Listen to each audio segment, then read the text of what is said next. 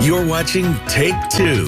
Happy Aloha Friday. Welcome back to Take Two. This week, Honolulu Mayor Rick Blangiardi and City Council swore in the new 2025-2026 Youth Commissioners, providing voices to the younger generation of Oahu. Now, joining us with their plans for the year is Chair Asa Shimizu, along with Tommy Waters, Honolulu City Council Chair. Good morning, gentlemen. Good morning. Good morning. All right, we ready for this Aloha Friday? All right. Yeah, ready. All right, so Asa, we're going to start off with you. Of course, the big question is, what inspires you to serve on the commission? First of all, thank you so much for having us on today. I've always been passionate about protecting and preserving our island home.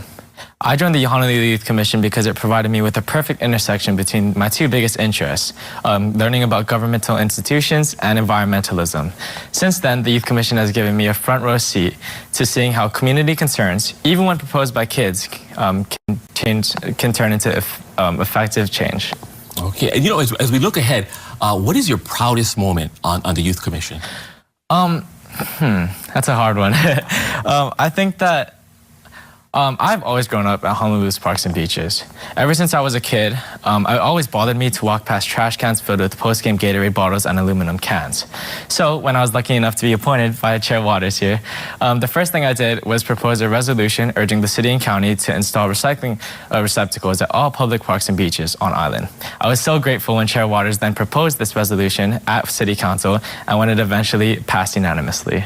Awesome. That's what we like to hear. Chair Waters, you're next. So tell us more about this Honolulu Youth Commission.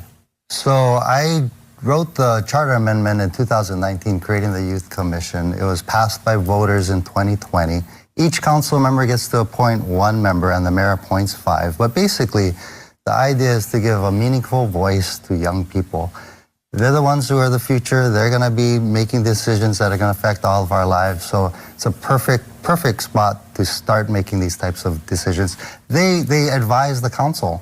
They introduce legislation and give it to me that I can introduce it before the council, and it's wonderful. It's been working out really good. Yeah, you know, you're saying how important is the next generation's voices for the future? No, exactly. That's exactly right. And we got smart guys like Asa doing the job, so the future looks bright.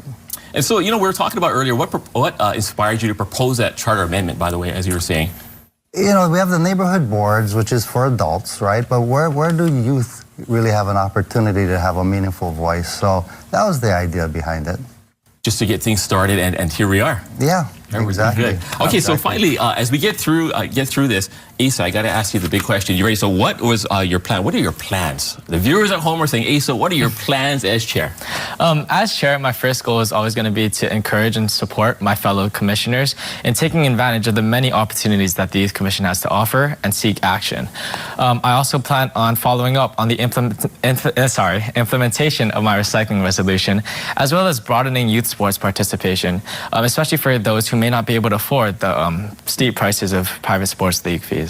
Awesome. Chair Waters, Asa Shimizu, thank you for joining us this morning. Thank you so much for having me. Thank you for all the information. All right. Good job. All right, happy Aloha Friday. And remember, stick around, quick check of those traffic drive times if you're headed into town. And just ahead, a look at your week.